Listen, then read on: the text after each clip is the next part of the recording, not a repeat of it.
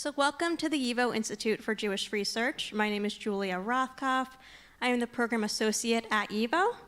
Today we have a book talk and performance in celebration of the publication of Sholem Asch Underworld Trilogy, a book that has recently been published by White Goat Press, the Yiddish Book Center's imprint.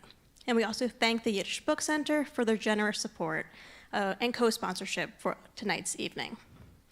For those who do not know YIVO, we are a very special place for the celebration, contemplation, and exploration of Yiddish and Eastern European Jewish culture.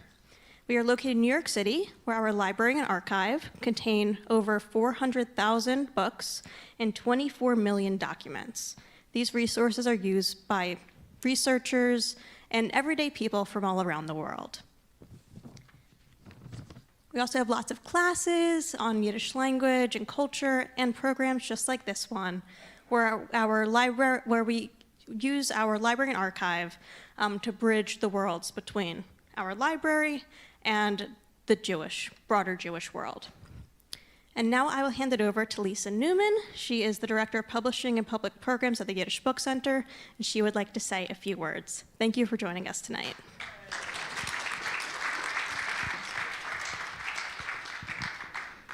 Thank you, Julia, and thank you to all of our friends and colleagues here at YIVO for hosting this evening's event. As Julia said, I'm with the Yiddish Book Center as the Director of Publishing and Public Programs, and I'm really excited to be here to celebrate the launch of Sholem Asch's Underworld Trilogy, which I sometimes refer to as the Underground, sorry. So I panic.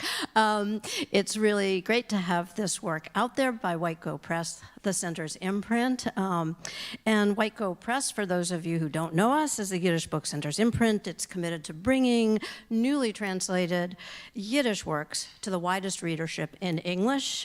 We publish works in all genres: novels, short stories, dramas, memoirs, essays, reportage, children's literature, plays, and popular fiction. Sholem Asch's Underworld Trilogy is the first in what we hope will be our playwrights series, bringing works translated from the original Yiddish out as play scripts so that more and more people can perform this work in translation, something that we're dedicated to.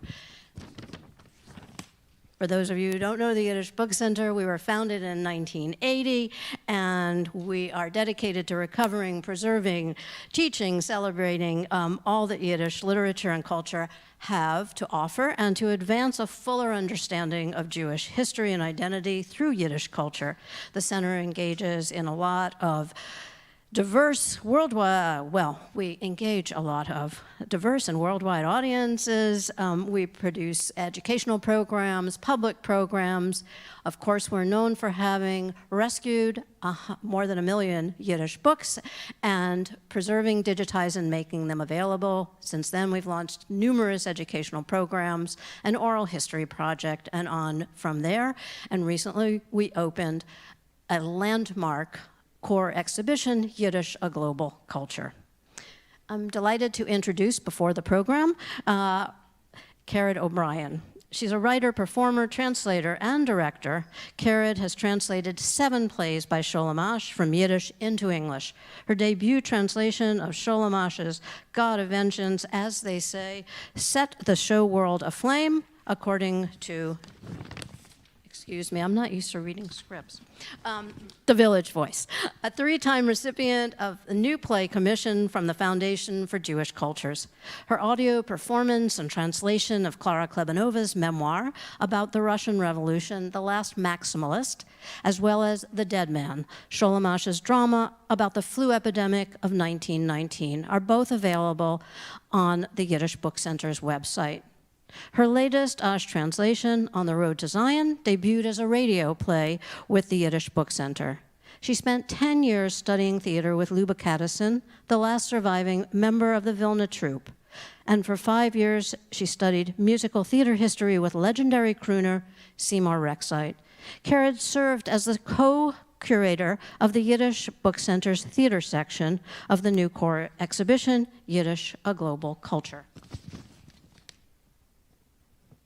I should be able to do this next one by heart, so bear with me. Following the program, there will be a talkback, which will be between Caraid O'Brien and David Mazauer. David is the chief curator and writer of the Center's landmark core exhibition, Yiddish: A Global Culture, and he serves as the Yiddish Book Center's bibliographer and editorial director. Prior to joining the center, he was a senior staff journalist with BBC World News in London and deputy curator of the Jewish Museum London.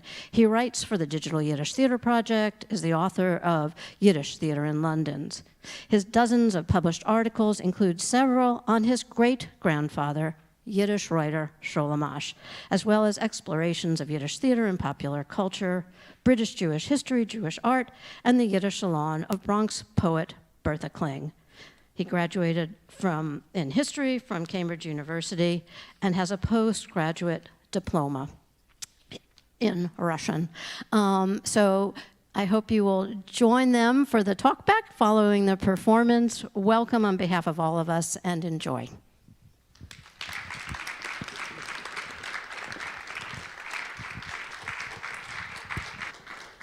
Thank you so much, Lisa. I'm just thrilled to be representing the Yiddish Book Center and White Goat Press here at YIVO. I first began translating Sholem Asch, these plays, in 1999. Now, I'm pretty sure it's 2023 now. And why has it taken me so long, you might ask? Well, for most people, translation is a solitary act. But that's not the way I translate. I translate in community, and all of these plays have been battle-tested on stage with a group of actors that I've been working with for over 20 years, and I'm thrilled to have them with me, including Mark Greenfield, who's been in every one of my Sholem Asch translations, and then Hal Robinson, who's been in several, as well as my son Mannix. Theater, yes, so welcome to you as well. So theater is an ephemeral art. We do a show and then it disappears. And so that's why it's so exciting to have this book. And we designed it as a play in a box, right? So we have huge margins and big fonts so that you can come in, you can get your students together, and you can start performing these plays right away. Because plays don't live unless they're performed. And I would also like to mention we dedicated this volume to my great mentors, Lou Caddison and Seymour Rexide. And just like this whole community of English-speaking actors now has grown around the world of Sholem Asch and the plays of Sholem Asch, there was a Yiddish-speaking community of actors who performed them all over the world, and of course in several languages. Luba was in God of Vengeance and Motke Thief. We played the same role in Motke Thief, and she was a wonderful acting teacher and advisor to me. And Seymour was a musical theater actor, so he never played in a Sholem Asch play, but he was also an incredible union man and an incredible manager and producer. And so he taught me how to produce my first shows and was an incredible resource to me. So we're going to do short excerpts from each one of the plays. The first play is Sholem Asch's most famous play, God of Vengeance. One thing that I love so much about Asch is while he was building his career in Yiddish and in Yiddish letters and Yiddish culture, he had his eye on just jumping into the pool of global literature right from the beginning. His first play, On the Road to Zion, was produced at a famous Russian theater before it was done in English. And God of Vengeance was produced first in German at the most famous experimental theater in the world at the time, Max Reinhardt's Deutsches Theater in Berlin, and then it went on to be performed in Yiddish and in other languages all over the world. Now, for those of you who don't know, God of Vengeance is the story of a Jewish brothel owner and his attempt to become legit by having a Torah scroll written. But unbeknownst to him, his daughter sneaks down and has a love affair with one of the prostitutes downstairs. Now, maybe she's kidnapped, maybe she's seduced, maybe it's a love affair. It all depends on your interpretation and how it's directed and how you perform it. But there is another couple in this play that you might not know about, and that's Shlomo and Hindel. Hindel is an aging prostitute on her way out. She sees her future, and it looks bleak. She's going to not be able to work soon. And also, Shlomo is a lazy, young, mean, handsome pimp, and she wants to collaborate with him to steal the brothel owner's daughter and start their own business. So Mark is going to join me as we give you a taste of Shlomo and Hindel. She's supposed to be out in the street picking up Johns, but it's starting to rain, and this is the time. She's going to hatch her plan with Shlomo.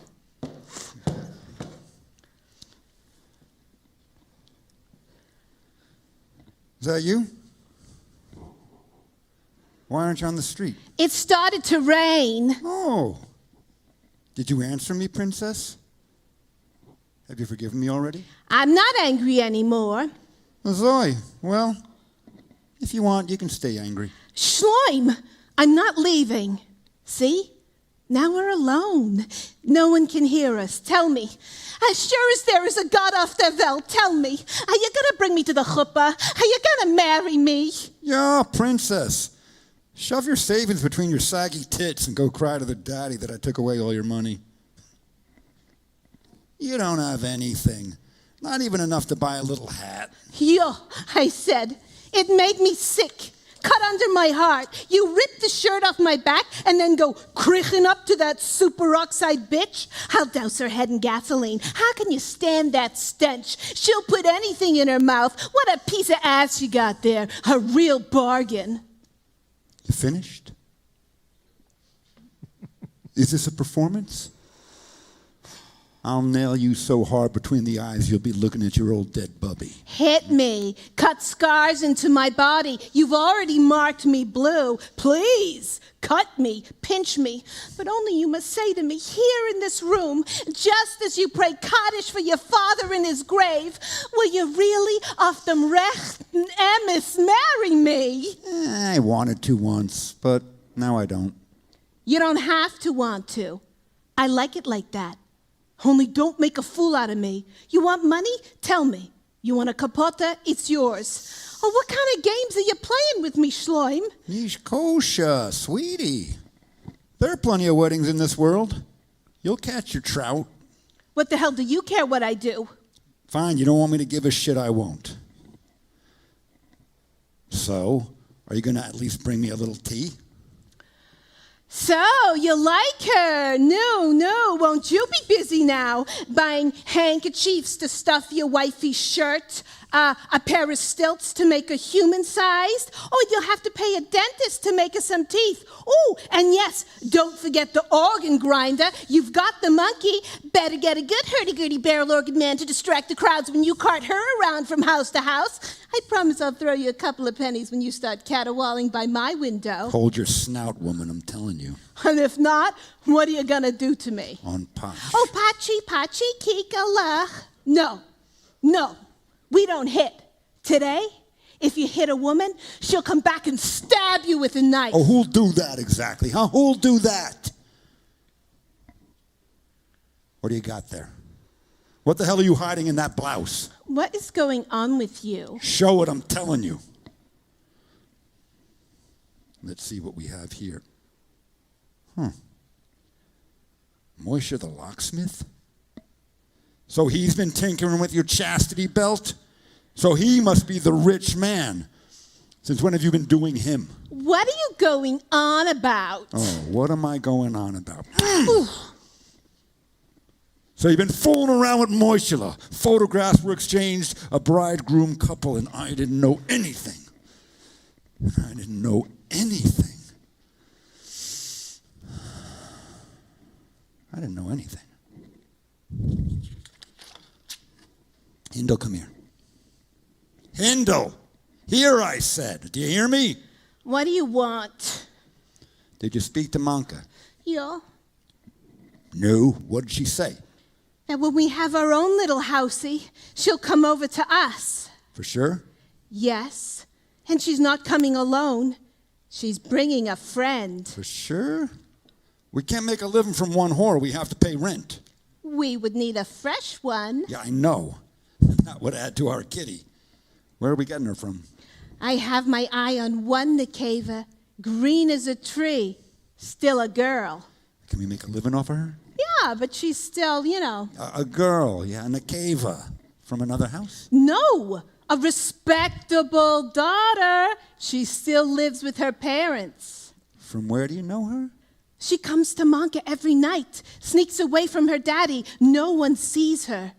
She is drawn here. She is still so young. No. Her? The daddy's daughter? What a kitty, what a gold mine. Psha! Still, she's coming. So in the next scene of the play, the girls come in, and there's the love scene between Hindel and, between Motke, the most beautiful of the prostitutes, and Rivkala, the brothel owner's daughter. And then Hindel has this incredible soliloquy where she sees the future. What's so great about Asch's characters is they're always dreaming of something big and better and outlandish. And she says after she knows this is the brothel that she can start with these two young women. It's a sign from God. I'll pack them both, Rivkala and Motke, and take them. Today, tonight, I'll bring them there to Shlomo. Here's your bread with butter. Rent an apartment, put up a chuppah, become a human being no worse than anybody else. Call the Rebbe, and poof, I've arrived. Oh, our Father in heaven, you are a father to all orphans. Oh, Mommy in your grave, speak for me, intercede for me. Let me go to the edge, to a purpose. If God grants me this, I'll commission a Sefer Torah in his honor for the shul, and every Shabbos I'll bring 3 pounds of candles to the base medrash. Oh, God, he is a good God. Oh, Mommy in your grave, speak for me, intercede for me, tear down worlds. Let me only first of all be ready. And that's God of Vengeance.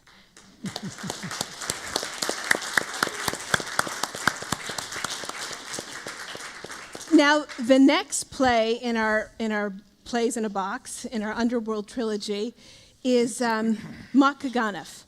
Now, Sholem Asch first wrote Motke Thief, as a novel in 1916.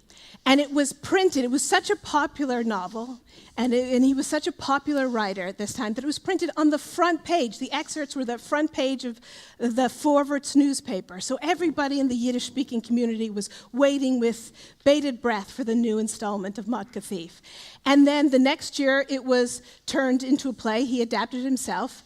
For David Kessler's theater, and then Maury Schwartz went on to produce the play in a version starring Mooney Weisenfreund, as many of you know, became Paul Mooney, and went on to win an Academy Award, many Academy Awards, and played Scarface and many other gangsters. Motke Thief is a psychological portrait of a criminal, from a 12-year-old boy to when he runs away to the circus, to when he murders somebody for their passport, and then becomes an enterprising underworld figure. So one thing that also I love so much about Sholem Asch that you can see in God of Vengeance and Motke Thief is the way he just uncovers the dark side of humanity and advocates for compassion to why people are forced to look to crime, or why women might think that a life of prostitution would be a better option than an arranged marriage with someone that they found abusive or that they didn't want to be with. And this epic, there's 30, and when Maury Schwartz put it on, he had a cast of 50 extras. That's never mind the 30 speaking parts. So we're just going to give you a taste of Motke as a young boy. He's hungry, and he has stolen a pair of boots and some bread. And the villagers are chasing him, and they want to get the stolen goods back, but he runs into his mother's house, and Zlatka, and she hides and protects him. But here's just a language of how they're treating this poor, hungry 12-year-old boy. One of the villagers says, "What a little maggot! Before he could walk on all fours, crawling, he was already a thief. You couldn't even let a kid out in the middle of a sunny day. He'd see a child with a bagel, with a roll, chopped and devoured, a piece of challah, a little place of kasha, chopped from your hand and gobbled. What he sees, he hops, a little mamzer, since we first saw him crawl around on all fours, a schreck angefallen auf alle men. You wonder why he is such a thief? His mother taught him. And then Zlatka, the poor mother who works as a wet nurse to feed her family, pulls out all the stops to convince the villagers not to find her child and beat him, basically, which is what would have happened. I gave him food then, so that he shouldn't steal it. From the cradle on, he had to feed himself my milk, his. I had to sell before he was even born to the Jacqueliner's grandchild. I sold his milk. I fed a strange child, while mine lay at home in misery. What could he do? I had no food to give him. Like a deserted chick, he had to worry about himself alone before he knew how to speak. While he was still crawling on all fours, he had to search for crumbs like a little chick has to peck. What could he do? Seeing children eat, hop, and swallow. He was hungry. Did you worry about him? Did you give him food so that you should beat him now? And she successfully fends off the villagers, and they're ashamed. They're ashamed that they let this young boy, a 12-year-old, go hungry and in fact marked him as a thief just from when he was a tiny child, and then they're ashamed by those thoughts that they had. But then, when she's left alone in her basement hovel, she's furious with her son. She's embarrassed, and she takes it right out on him. Crawl out already. Crawl out into the earth, you should crawl. Because of you, I endure such humiliations and insults. People come suck out my blood because of you. Do what you want. I won't talk back to you. Mama, I will let you. A curse on all my years. Why do I beat him still? The boy wanders around on the street like a dog, hungry and cold, and I still beat him. Look at the state of you. What will be the end of you? Here, eat something. I don't want to eat. You're hungry. They chased you like a rabid dog. I am not hungry. I am going to go away from here. I won't be here anywhere. I will go. I know already where I will go. Where will you go? Into your grave? You're still just a young child. Who will look after you? Who will be your mother? I know already what I will do. Mama, don't worry. I'm a big boy. I'll give it to them. Mama, I will always think of you. Wherever I will be, I will think of you. And when I am big and I have a lot of money, I will come back to you in a carriage with 2 horses. I will come for you. I won't take Daddy, only you. Where will you take me? To my grave? What are you babbling? What? Take off your jacket. I will sew it. Look at the state of you. Why do you jump over all the buildings and walls like a wild goat? What will be your black end? Mama, don't worry. You will see what I will do yet. I will show them who Motke is. I will go out into the world. I will try hard and I will become rich. And I will come back to you in a carriage with 2 horses. Oi! A curse is on me. Your father is coming. Hide. He will kill you if he sees you in the cellar. He warned me that I should not let you pass the doorstep. No, crawl under. Did you let that momser into the cellar again? I warned you that you should not allow that bastard even on the stoop. Where'd you hide the boy this time? What do you want? That he should have nowhere to run to? They chased after him like a rabid dog. He ran to his mother. What do you want? I should throw him out so that they should kill him? You don't want to live to see that. You raised momsers and goners. You hide him still. Where's the boy? He isn't here anymore. He ran away. What are you sewing there? Where is the boy? I'll kill him on the spot once and for all. I don't know where the boy is. What do you want?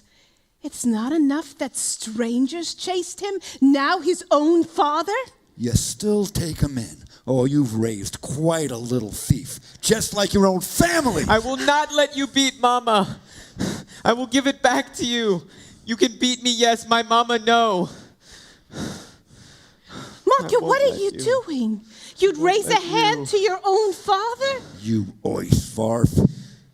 Get out of my house this minute. I'll split your head in two. Go, Motke, go where you want to go, into the big world. You have no father. You have no mother. You were born an orphan in this world. Maybe you will find another mother and father. Go, my child, go. Don't cry, Mama. I know already what to do. I will always remember you, Mama. Oh, wait, my child. Take this coat with you and this little bit of bread. Be well, Mama. Don't cry, Mama. Oh, my child, my poor child. And that's the prologue from Makadana. So thank you.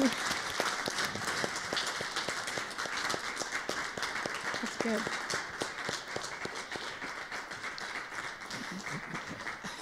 So now Mannix has been in every single one of the plays in this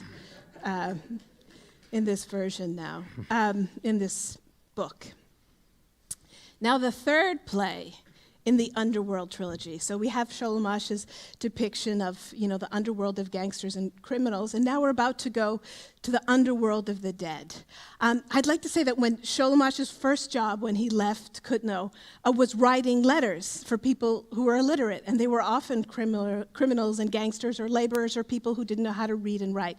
And he was very good at this, and he even writes in his memoirs how this inspired a lot of his characters that he went on to describe in this trilogy. And also, I think of him, artists and criminals often live side by side in cheap, underdeveloped neighborhoods or in cafes. When I started working on this play on Ludlow Street, where there was, with my collaborator at the time, Aaron Bell, he had several theaters that he was running, and there were lots of drug dens and criminal activity as well. So that I can see very much Asch being a young writer coming out of that milieu. But you remember in God of Vengeance, Hindle says, tear down worlds. And this is something Asch was also very interested in, stepping behind the veil, going through from the religious to the criminals, tearing down the barriers between people, but also tearing down the barriers between this world and the world to come, between life and death. He has a lot of rituals and in his play where he summons God, and you see even the most suspect of characters have a relationship with God. There's Hindle and there's Yankel the brothel owner praying to God, demanding that God help them and help their cause. One thing that Sholem Asch did as an artist and a human being was that he was also an activist in life as well as in his writing. And he collected more money than anybody during World War I to help rebuild the Jewish communities that were being destroyed. He traveled all across America raising money for a fund that was their goal was $1 billion at the time. And then he smuggled money on his person, and he went and he gave it to communities, and he was so devastated by what he saw, and he was one of the first reporters to be working with the New York Times and describing the poverty and the destitution that he saw in the Jewish communities after World War I. And this play, On the Road, The Dead Man, was very much came out of that difficult time in his life and the devastation that he saw, where synagogues didn't have any roofs, where people didn't have any homes, where it was all rubble, and people were trying to rebuild. And it opens up where the survivors are getting together in a crumbling synagogue, and they're trying to figure out what to do. Should they rebuild? Is it safe to rebuild? Should they go to Palestine? Should they go to godless America? What should they do? And then there is a community leader named Reb Chonen, and he is trying to rally. But just picture everybody is in shadow, and everybody looks, can't tell who's alive or who is dead. And the mad woman, who's festooned with ribbons in Russian and Yiddish, saying, "Long live the revolution." Oh, how did we all get here? From the four corners of the world. Our world is a rat cage, and someone torched the four corners of that cage, and the rats scurried out from the fire. God ran up to heaven, slammed the door behind him. He was afraid that it would reach him too. The old world is sick. The patient longs for death. Fools hold on. Madmen lead the way. This is what I survived for. Lunatics living in the synagogue. A synagogue is no place for crazies. Get out! All kinds of people are wandering around the country now. Difficult to know who was from here, who was a foreigner. The synagogue is only for the locals. Our people are struggling to return home from other countries. Their houses are destroyed. They have to live in the synagogue for the time being. First, we need to worry about ourselves. Then we can deal with the others. Why have they been dumped on us? They are flooding us like an ocean. We can barely cope with our own people. Every day, new Jews arrive. Where are we going to shelter them all? It is no secret. The world was destroyed. God sent us a storm. The entire city decimated. Entire cities wiped out across the entire country. People don't know who is here, who is there, who is alive, who is dead. It has to stop. We have to put an end to this tragedy. We have to start living like human beings, a new beginning, a completely new beginning. We must start living again now. If we don't, nothing will ever change. Oh, just look what they have turned the synagogue into. A poorhouse, a lunatic asylum. Before we do anything else, we must draw a line between foreigners and our own people. If we don't, nothing will ever happen. Then we have to put a roof on the synagogue.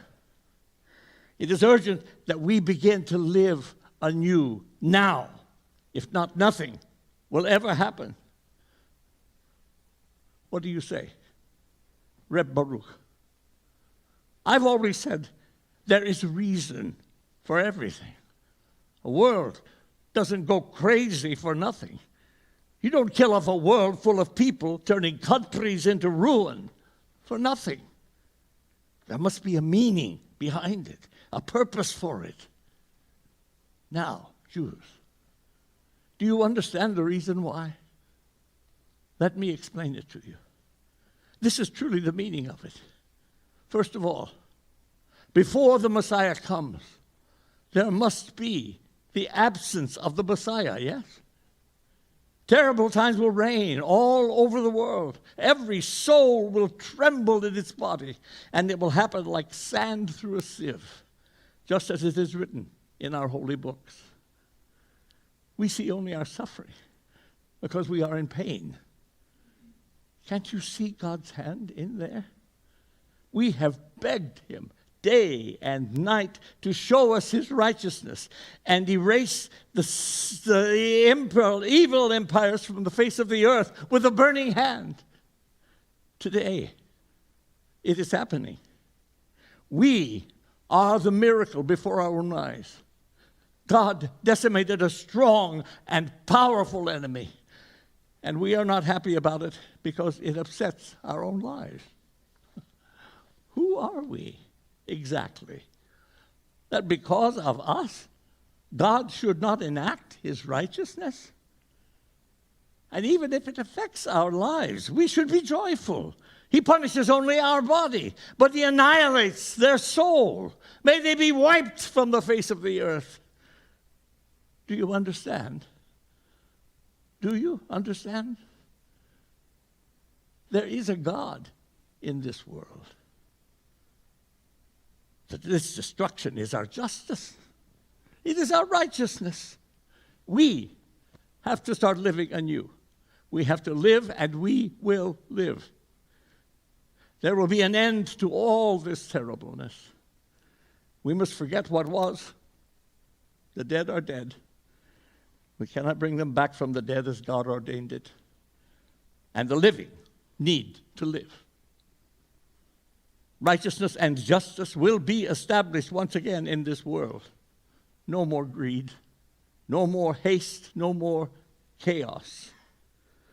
Mine will be mine, and yours will be yours.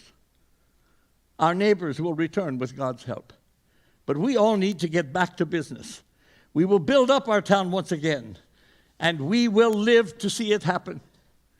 With God's help, this will come true. Have you been listening to what the foreign Jews have been telling us? What the governments of the world will undertake for us? We are to have our own land, a Jewish state. What do you mean the world is ruined? We only have to start living again. Look, I will show you how. I have only one daughter. I had a groom for her, a fine young man. I loved him like my own son. But he was killed in the war.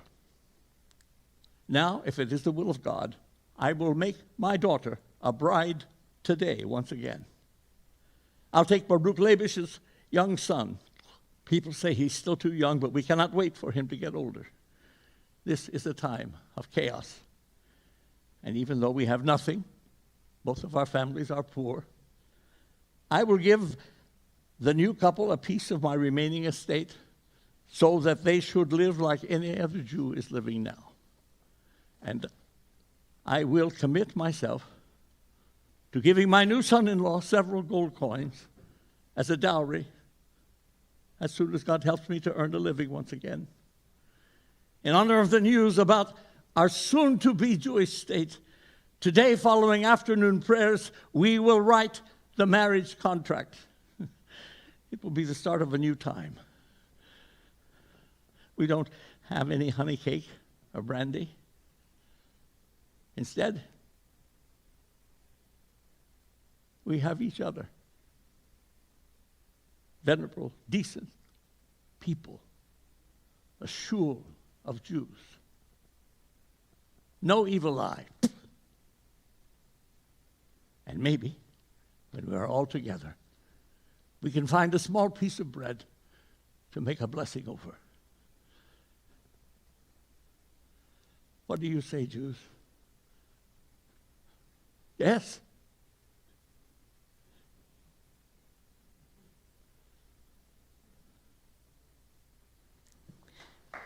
Thank you, Hal. Thank you, Hal. That was so beautiful. Thank you. I'd just like to mention that this year, Hal is celebrating his 70th anniversary as a member of Actors Equity. So I wanted to give him an extra. So special to have him. And now, Sholem Asch's great-grandson, David Mazauer, and I are going to have a conversation.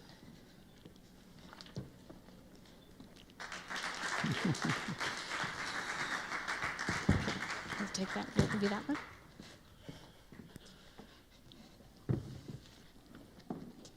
Let's see. Okay. Oh, lovely. We definitely need a table. Oh, that's not mine. Oh, no. Excuse me. I think my mic still works. Does. Oh. Hello. Hi, good evening. I'm David Mazauer, and it's wonderful to be here, to be back with Caraid, to have been treated to such an extraordinary set of sketches by you and your fellow actors. It's always great to be at YIVO. I really think of the Yiddish Book Center and YIVO as two of my spiritual homes, my two spiritual homes. Both are dear and important to us, and Sholem Asch's archives are throughout the YIVO archive in many, many collections. So it's always good to be here. And Caraid, what a pleasure, and thank you for giving us yet another Sholem Asch gift, this wonderful book, which will be available outside on sale. That was, there were so many echoes between those three plays, and we'll perhaps talk a bit about that. Yeah. But I wanted to pull back at the beginning and just ask you about this long Sholem Asch project that you've been engaged with, and that I've had the pleasure, and many of us have had the pleasure of coming along on a journey with you since the 1999 Show World performance that my brother and I saw. And so Lisa recently said to me, we should watch the documentary Turn Every Page, the story of Robert Caro, the biographer of Lyndon Johnson, and Robert Gottlieb's 50-year editing relationship. How many of you have seen that? Yeah, quite a show of hands. So as I was thinking about our chat, I was reflecting on that documentary, and Caro is still going strong after 50 years of dealing with Lyndon Johnson. I fully suspect you're going to be engaged with Asch for a great many years to come, just as you have for the last at least 25 years. So it's a remarkable thing. I mean, many people translate a book and move on and find another author and keep moving on. And you've done many other things, but you've always returned to Sholem Asch. And so I guess my question is, for Robert Caro, it's power that brings him back to Lyndon Johnson all the time.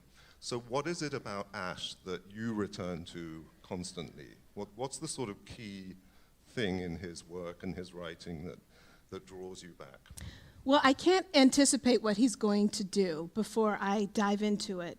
There's nothing typical about what happens in his work. And he's also a stylist. Another writer that I've worked with a lot is James Joyce. And like Joyce, he's always trying different ways of writing plays, of verse plays, of biblical plays, of, gangster plays, and plays of manners. And so it's just, there's so much in him. And he's so... his compassion is very meaningful to me. His view of the world, how he wants to help the world, basically, the first two plays are about domestic violence, right? And that is a problem that the world is still dealing with now. I mean, the needle hasn't moved, and even when you hear the monologue in The Dead Man, everything seems so current of what the world is dealing with now. So he goes into the rawest places of human nature and community, and he's not a propagandist. He's not giving us answers, but he's at least allowing us to see ourselves. And he's such a wonderful, it's just funny that I'm the one to be translating these plays because, of course, these plays should have been translated by someone else, by many other people. I mean, they knew he was a genius. The Russian theater knew he was a genius. The Polish theater, the German theater, the Yiddish theater, and what's happening with the English language theater? Why haven't they incorporated him the way they've incorporated Chekhov or other global writers? But just to return to my question, and all of those are fascinating things we could unpack. But it seems to me, and you've spoken to me about this on occasion, that actually one of the things that draws you in is just his portrayal of the human psyche. Yes. His psychological understanding of flawed characters. Yes. Yeah. Yes. Well, and the energetics, right? The energetics of, he gets that really well of you can feel the tension between his characters. You can feel when characters are secretly in love or secretly despise each other. His subtext is really strong around the words that he's writing as well.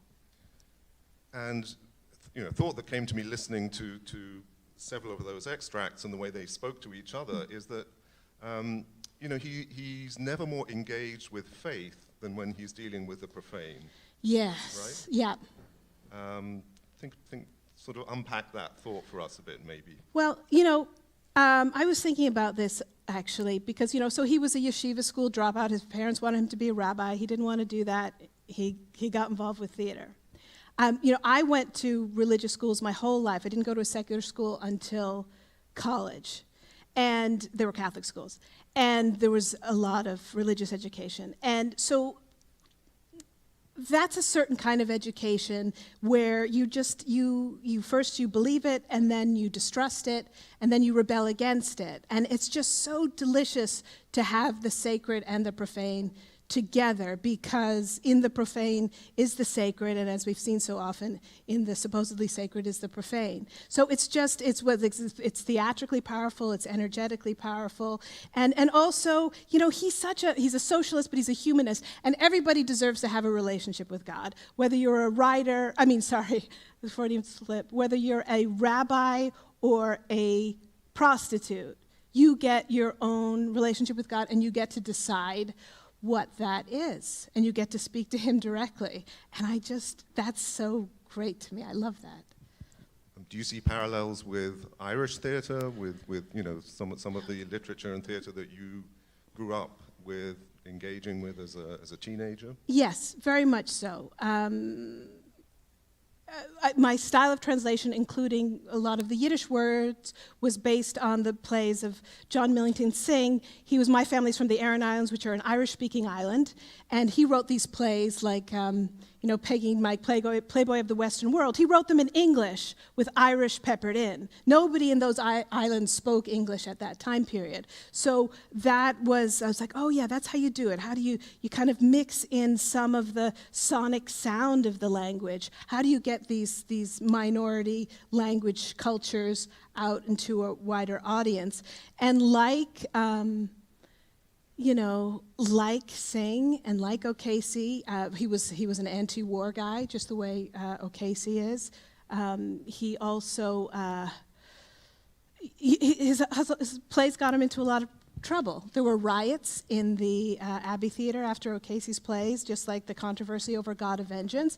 And also, I think Asch is the most important Yiddish literary playwright, and he was part of, just like O'Casey and Yeats and all of them were building an Irish national theater, Asch was a big part of building a Yiddish national theater, which led to actually the foundation of two countries. There's a direct, at the time, as these countries as Ireland and the Yiddish-speaking Jews were creating a national identity for themselves. It's just the power of that moment in history, and the writers were a big part of the political trajectory, I think.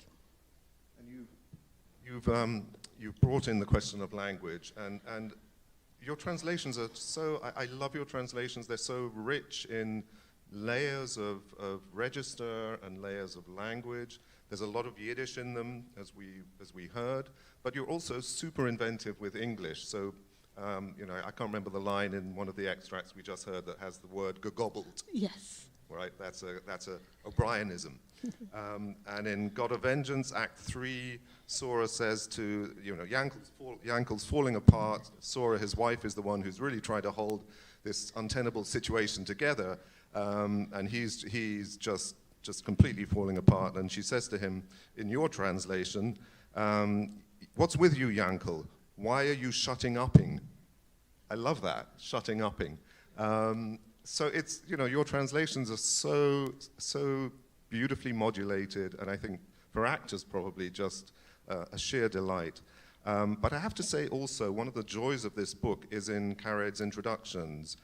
Each of these three plays has a really extensive introduction, situating it in its production history and in Asch's biography. And there's so much in these introductions that is just beautiful, and I just want to read one short extract to give you some idea of that. This is in your introduction to God of Vengeance, and you're talking about the daughter, the 16-year-old, roughly, daughter of the couple who has this lesbian relationship, infatuation, whatever, with Manka the prostitute. And you write about this. Everyone wants a piece of poor Rivkala, a young woman discovering her sexuality, unaware of her own vulnerability. Her parents want to use her to move up in society. Manka wants her as her lover. The older prostitute Hindel and her boyfriend Shlomo want to pimp her out. And Reb Eli wants to marry her off and collect his matchmaking commission. In a nutshell, exactly, you've captured it. This poor girl is being sort of pulled apart in so many different directions. But just talk a bit about your approach to language, and when you choose to use a Yiddish word, your sort of playfulness and inventiveness with the English also. Yeah, well, I'm always interested in code switching and accents and dialects, and being when I was born in Ireland and my grandfather was a native Irish speaker, and just how his personality was so different when he was speaking in English and when he was speaking in Irish. He was a lot more funny and likable in Irish, and he's very stern. He was a policeman and taciturn in English, and then just the Irish words that would come in, and then going to high school in the U.S. and coming here with my family and getting the Boston voices, and it was just so interesting to me how, and people would come over to my house and my mother would have all these odd expressions and that they hadn't heard before, and so I love that, and I love, this is what's great about Jewish literature too, and I think Irish literature is it's this multi-millennia conversation that brings in so many different languaes, and I love that. I love the movability of both English, but it's hyper warp speed in Yiddish, right? You'll have that's Deutschmerisch, or that's a Russian Yiddish, or that's a Polish Yiddish. So you see in real time how people's geographical biography. It's like George Bernard Shaw in Pygmalion impacts their character, and that's just so juicy to dig into as a writer. When I first as an actor, when I first started translating, it was really hard for me. And I was only speaking Yiddish for a couple of years and stuff like that, and I had to look up every word in the dictionary, and I had to speak with Luba and Seymour. And but the reward was I got to play this amazing part. And so I think I love the way words reveal the psychological background, and then the geographical background, and the religious background, and everything. Let's just focus on God of Vengeance for a moment. I'm curious if your thinking about the play has changed over the roughly 25 years you've been acting, directing, translating, working with it. I think it's a great play. And I always enjoy working on it. The biggest discovery I made was when in 2016 I performed it in Yiddish for the first time. I thought I'd be performing the same play. It's not the same play in Yiddish. It's a different play. And of course this is obvious, but it's not. The characters are different. I could feel the ghosts of the actual people that he was writing. So it's a step removed in the translation. But if we don't speak Yiddish, I think it's really exciting to have translations. I think it's a world classic. And these are really beautiful performing editions. There are glossaries for each play. It's a really wonderful project. It's also fascinating to me and made me think about each of these plays differently, that you bracket God of Vengeance and Motke with The Dead Man. Yes. And that's not an obvious thing to do. Yes. So speak about the reasons that you did that. Oh yes, for those of you, I didn't give a proper introduction to The Dead Man for those of you who don't know it, but it's like a zombie play. A soldier thought to be dead comes back and says he's found a land where Jews won't be persecuted, everyone will have jobs and nobody will be hungry, and everyone starts dying. And it turns out he's bringing them to the cemetery. So it's a very, very bleak play. But Ben Hecht, the Hollywood screenwriter, saw it at its Chicago premiere in 1922, and then he quoted it in his screenplay for Wuthering Heights. So there's a quote from Sholem Asch's Dead Men in that, uncredited, of course. But because the underworld, like Hades, the underworld is the world of the dead, and in this play we see the dead mix with the living and come back to life briefly. And, I just thought 3 plays was good, so I was maybe drawing a big circle around them. But I think there's, and are these characters, the gangster characters, what kind of life are they living? They're almost shunned from society and dead in a way too, And in all of them, we heard sort of echoes of it. There's actually a lot of humor. Yes. And you write the humor into your translations so well.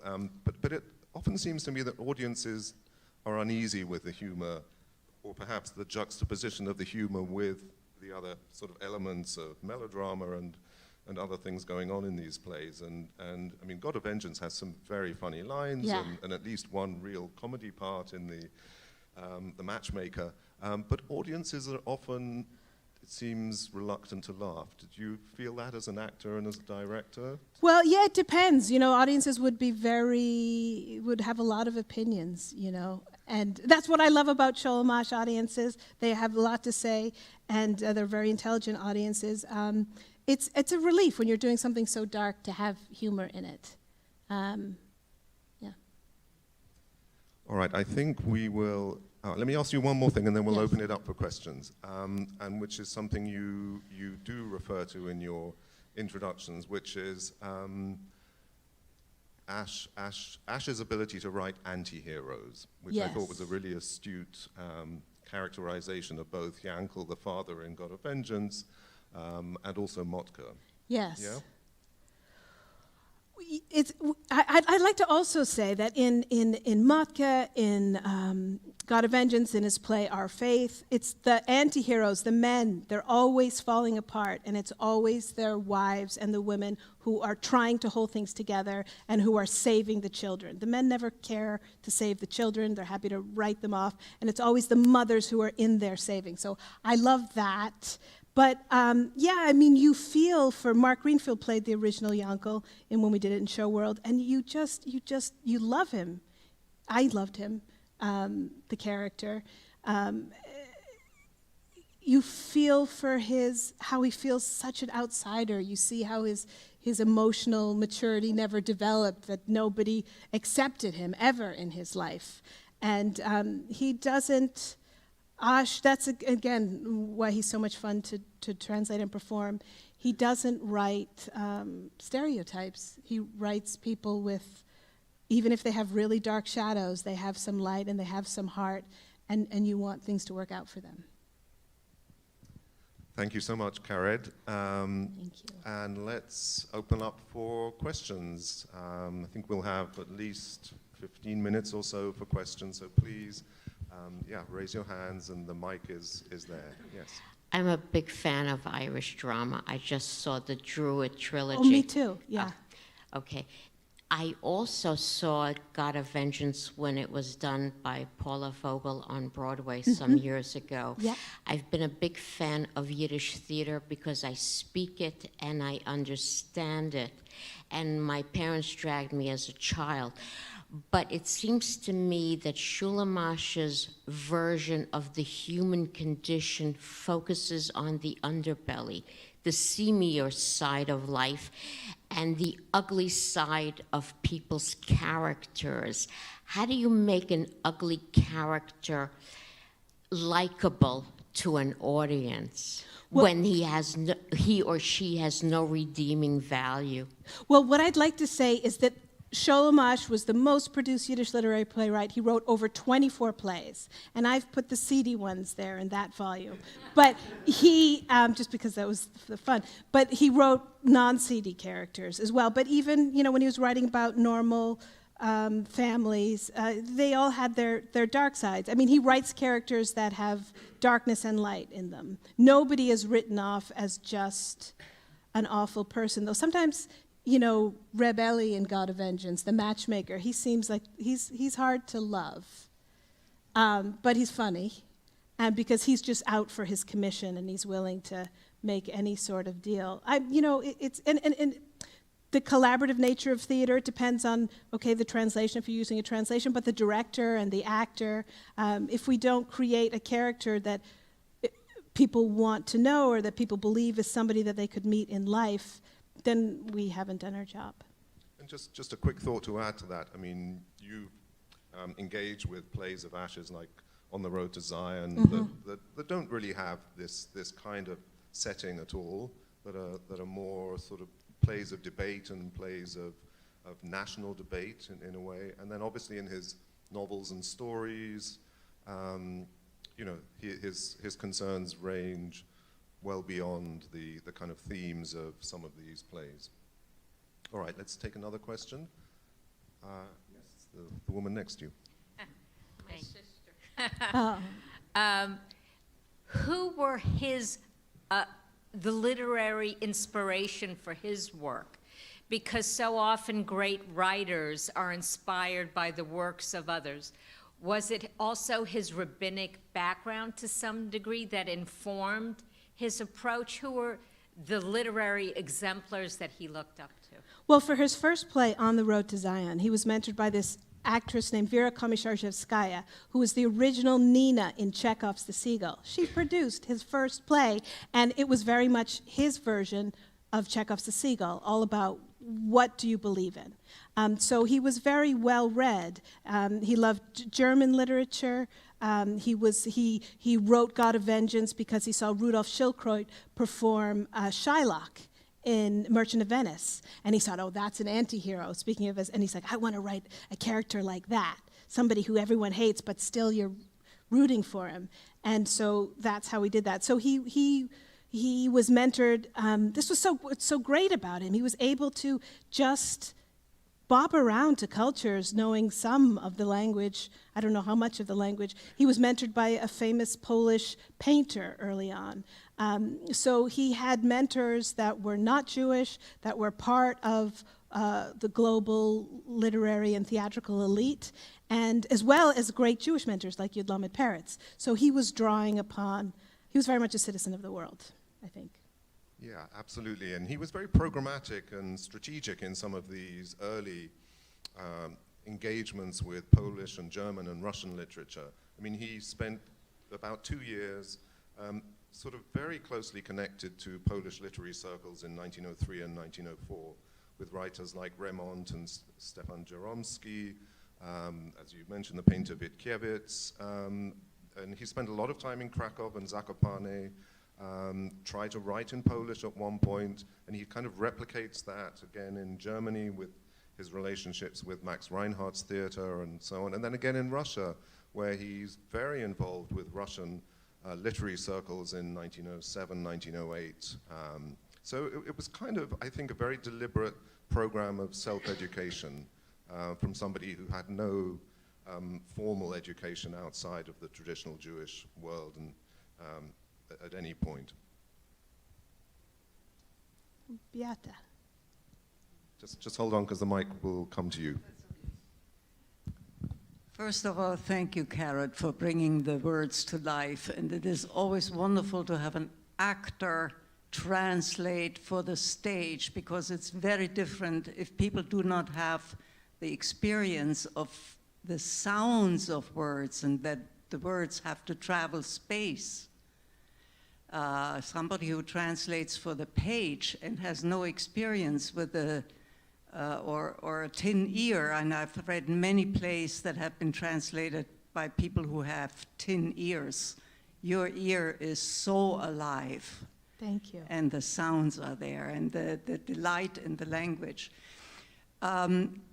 It's also interesting with Sholem Asch, what I hear, and the little bit that I gather from, there was so much in the air. I mean, the underworld in Maxim Gorky's The Nachtasyl, the lower depth.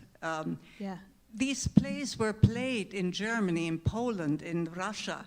The new theater was vital at that time when Sholem Asch was traveling around.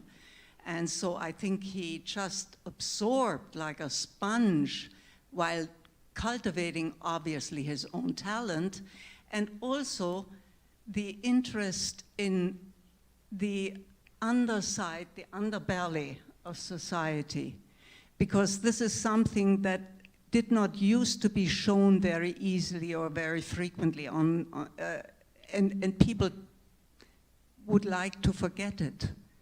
And the writers and the artists brought it up. And the painters did too. Yes. So Yeah, it's and in The Dead Man, which I didn't remember from your radio play, but was rereading, there's this fascinating little vignette about what the Forwards ran as a gallery of missing husbands, right? So, the Forward starts this feature in 1909 to out this epidemic of men who are just vanishing from their homes and traveling across America to find new lives.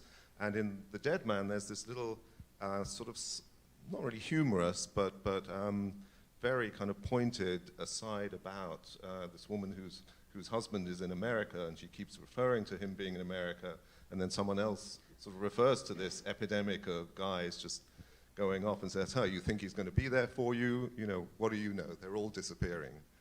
And marrying other people and getting American divorces. So yeah, and to your point, Beata, I mean, a lot of people were writing plays about the white slave trade and about Jewish prostitution at around the same time that Asch wrote God of Vengeance. But what's interesting to me is that his is not a campaigning play. It's not an activist's play. It's a sort of portrait of psychological disintegration and in a way communal kind of disintegration. So he takes a very different approach from some of the people who are writing these other so-called brothel plays at the time. That's why they work still. Right. Yeah. All right. So maybe we have time for a couple. There's a gentleman at the back there, yes, with your hand up. It's always been a complicated and mysterious era between Herzl and Balfour.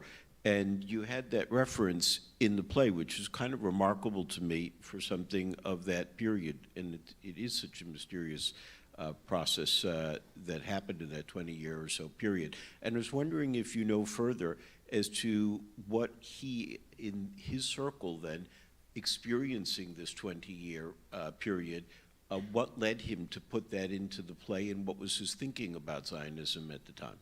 What's the 20-year period you're talking about? Is like 1897 to 1917? Right, right. Well, his first play is called On the Road to Zion, and it's a conversation about what is the Jewish future between a family who gathers together because the grandparents are in their 80s and they want to die in Palestine. And the parent generation are all capitalists, and the grandchildren include a Zionist, an artist, a Polish nationalist, a socialist, a secularist. So he's very much in that conversation, that 20 years that you're talking about, and he's trying to figure it out. And that's what's so great of his. So 1922 was when The Dead Men premiered. So he's really capturing and witnessing and a part of all of these both intellectual, cultural, community conversations about what is the Jewish future going to look like. And he's presenting many sides. Yeah, I mean, he's definitely a Zionist. Asch is undoubtedly a Zionist, both a sort of romantic Zionist dreamer, if you like, from his teenage years, right up to the end of his life when he settles in Israel in 1956, dying in 1957, so he didn't live there very long, but obviously aimed to sort of spend his final years in Israel. He first goes to Palestine in 1907. He's not a sort of party political animal particularly. Sympathies are with the Bund, definitely, but he's clearly a Zionist in emotion and in intellect. I think that's undoubted. But you know, you look at Asch's writings, and there are sayings that say things like, you know, the Jews should be thankful that we've never had the opportunity to govern another people.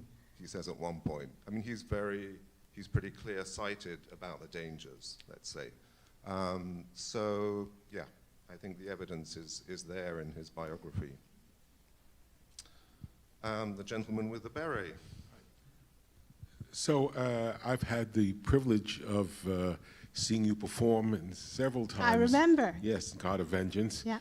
And we worked on a project together about Yiddish theater once. Yes, many at years NYU, ago. definitely. Yes, at I NYU, remember, that's of right, course. where I still am.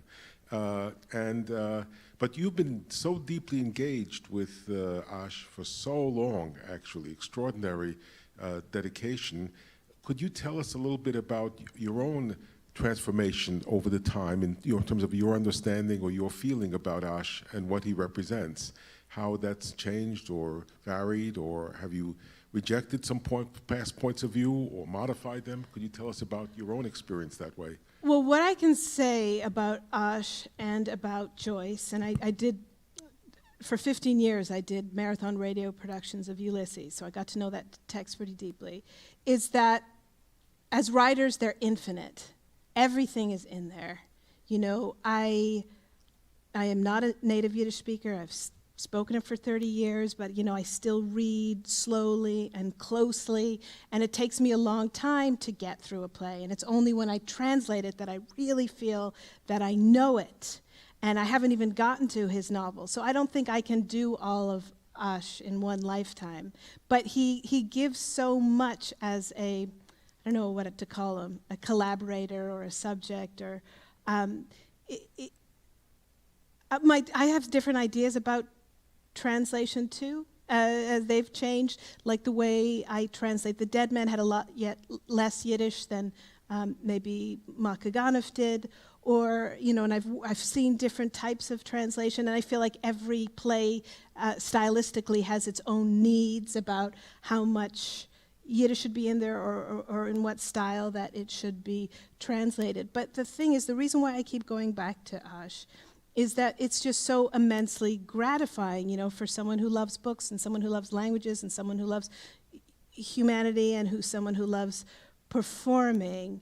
And translating for performing is special because you can make it come alive, and there's a chance you're not working alone in a room. There's a chance that you'll get a bunch of your favorite actors together and perform it. I mean, that's changing now, is how difficult it is to perform things now. So I started doing radio plays where the little theaters that I used to perform in don't exist anymore. So how do we go forward with getting these plays out in the world? And one thing that I was working on thinking about is maybe, I never thought I would do something like this, but of doing a one-person show where I kind of do different parts of the plays, or play many different characters. I'm kind of developing something like that. So what is the difficulty of translating Yiddish plays at the moment, or any plays at the moment? Well, Yiddish plays, because they have a lot of characters, is how do we get them into the world? Who's going to produce them? Am I going to produce them? How can you produce things without any money anymore? Colleges can produce them. So it's just, but they deserve to live, and the characters deserve to live, and they're so, I think all of the actors, whenever I ask someone to do an Asch play once, they always say yes for any other time. There's just so much there and so much to learn there, but the challenge is how to find the resources to work on them. I think that's okay. One more question from the guy who just put your hand up there, and then we'll wrap up. In preparing for tonight's event, I quickly learned about the museum exhibit, the permanent exhibit in Bat Yam. And can you comment, and I'm excited to perhaps one day visit it, especially after tonight's wonderful performance. Can you talk a little bit about the family's engagement with the Bat Yam Museum dedicated to Asch? That would be you. Sholem Asch, the house that he lived in is in Bat Yam, just south of Tel Aviv, really a suburb of Tel Aviv, kind of a Russian area, working class area now. The mayor at the time that he built the house in the 1950s had this idea of a kind of cultural village, and so he also invited the widow of the painter Rybak, Issachar Ber Rybak, wonderful Russian painter, contemporary of Chagall, to live there and create a Rybak museum. So that is kind of there also. So the house is now under the auspices of the Museums of Bat Yam, which is a really enterprising, forward-thinking museum set up with a very strong interest in modern art, contemporary art, and the curators of the house have done a really extraordinary job. They very sensitively renovated it in the last few years, and they use it partly as it's very much recognizably the house that Asch lived in, but it's also a residency for contemporary writers and Israeli creators, and they also use it as a venue for modern art exhibitions in a very sensitive way. So they've really breathed new life into it. It was willed to the municipality by Asch's widow, my great-grandmother, and I have a very close relationship with Leonie Schein and the other curators there. We're in regular touch. I always visit if I'm in Israel. They are doing a tremendous job of maintaining it. I urge anyone with an interest to visit it. It has Chagall paintings, it has wonderful art, wonderful Judaica, but it's very intimate. It was a very small, single-story house, and typical sort of no-frills Israeli house of the 1950s. So it's open, it's got a website, you can check it out and do visit it. It's really all I can say. Anyway, let's draw this evening to a close reluctantly. Caraid, really your engagement with Asch is the gift that just keeps on giving to us. It's personally for me just a delight always working with you on any aspect of any of your work, and most recently, as Lisa mentioned, the collaboration with you on the really significant sort of big theater section of our permanent exhibit at the Yiddish Book Center, that you brought your amazing historian's knowledge and insiders' knowledge of the Yiddish theater, you know, to help me curate that, and you had the essential breakthrough that allowed us to sort of plan it out, and it was just a delight to work with you on it. And this evening, of course, has been a delight as well. Sholem Asch Underworld Trilogy is on sale outside. It's a wonderful, wonderful book. I love the introductions. I love the translations. Thank you so much. Thank you, David. It's amazing. Thank you. Thank you.